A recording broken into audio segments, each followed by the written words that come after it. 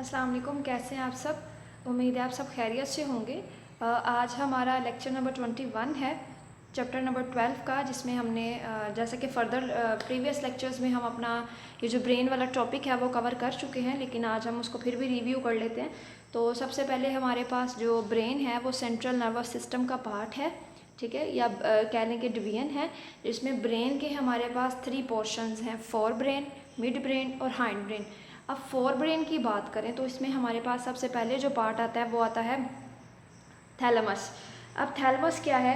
Thalamus ये cerebrum से नीचे होता है, ठीक है, सेरिब्रम से नीचे होता है। ये वेरियस पार्ट ऑफ ब्रेन और स्पाइनल कोड के दरमियान एज अ कोऑर्डिनेटर का काम करता है। मतलब ब्रेन और स्पाइनल कोड के दरमियान जितनी भी वो ट्रांसफॉर्मेशन करनी होती है चीज़ों की या मैसेजेस की, तो ये करता है। It receive and modify sensory impulses. ये क्या करता है कि सेंसरी इम्पल्सिस को मॉडिफाई करता है before the travel to cerebrum. Cerebrum तक पहुंचने से पहले, ठीक है, उनको सब जो इम्पल्सिस इसके पास आ रही आती हैं या जो भी इसके पास चीज़ें आ रही होती हैं, ये उसको मॉडिफाई करके आगे भेजता है, क्योंकि ये सेरिब्रम से नीचे होता है ना, तो इसीलिए। अब ये पेन, परसेप्शन एंड कॉन्शियसनेस वगैरह में इन्वॉल्व होता है। अब नेक्स्ट हमारे पास है हाइपोथैलेमस। हाइपोथैलेमस क्या है? ये मिड ब्रेन से ऊपर होता है, ठीक है, और थैलेमस से थोड़ा सा नीचे होता है।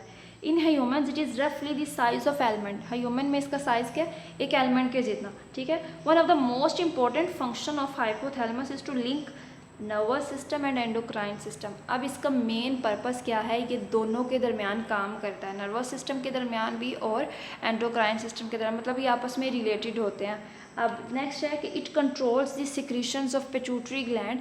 यह पिट्यूटरी ग्लैंड क्या है? वो बहुत ज़्यादा हार्मोन सिक्रेट करता है, तो उसी सिक्रीशंस को कौन कंट्रोल कर रहा होता है? हाइपोथैलेमस। तो ये किस किस में इन्वॉल्व होता है? फीलिंग में, पेन में और इन सब चीज़ों में। अब नेक्स्ट हमारे पास है सेरिब्रम।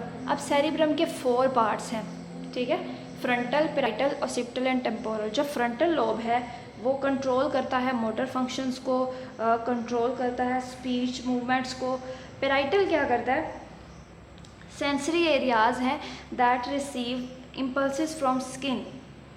इसके पास वो वाले एरियाज़ हैं, सेंसरी एरियाज़ हैं, जो स्किन से आने वाली इम्पल्सिस को रिसीव करेंगे। और ऑक्सीपिटल क्या है? It is all about and receive and analyse visual information. मतलब देखने से ताल्लुक़ रखने वाली जितनी भी चीज़ें हैं वो किससे रिलेटेड कर रही होंगी? ऑक्सीपिटल लोब से। अब टेम्पोरल लोब क्या है? टेम्पोरल लोब में जितना भी ये हमें सुनाई देता है या हमें स्मेल वगैरह ये सब होता है, तो ये सब कौन डील कर रहा होता है? टेम्पोरल लोब कर रहा होता है। नेक्स्ट हमारे पास है मिड ब्रेन।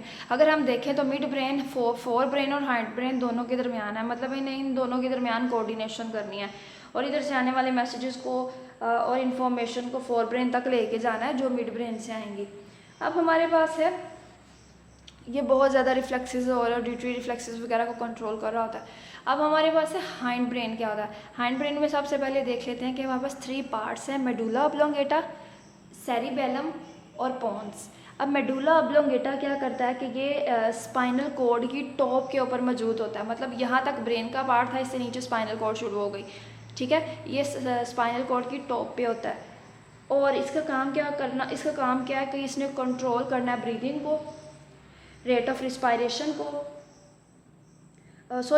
हार्ट रेट को, ब्लड प्रेशर को, और बहुत ज़्यादा वॉमिटिंग और ऐसे वाली जितनी भी वो इम्पल्सिस और रिफ्लेक्सेस वगैरह हैं उसको कौन कंट्रोल कर रहा होता है? मेडुला ऑब्लोंगेटा कंट्रोल कर रहा होता है।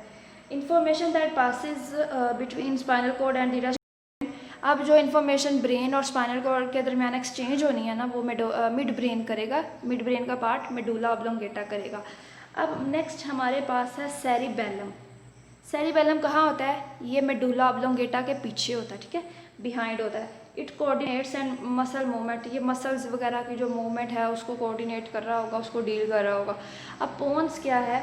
ये प्रेजेंट होता है on the top of medulla. मतलब मेडुला प्रेजेंट था स्पाइनल कॉर्ड के ऊपर, अब मेडुला के ऊपर जो प्रेजेंट होगा वो पोन्स होगा।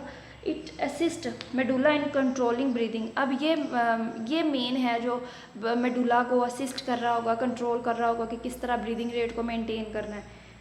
It also serve as the connection between cerebellum and spinal cord. और ये सेरिबेलम और स्पाइनल कॉर्ड के दरमियान भी एक जो कह लें कि रिले सेंटर का काम कर रहा होता है। तो ये था हमारा आज का टॉपिक, जिसमें हमने ये देखा कि ब्रेन के कितने पार्ट्स थे और हर पार्ट के आगे कितने क्या क्या हिस्से थे और उनका क्या फंक्शन था। तो ये था हमारा आज का लेक्चर। Thank you so much. Stay safe, stay active. Thank you so much. अल्लाह हाफिज़।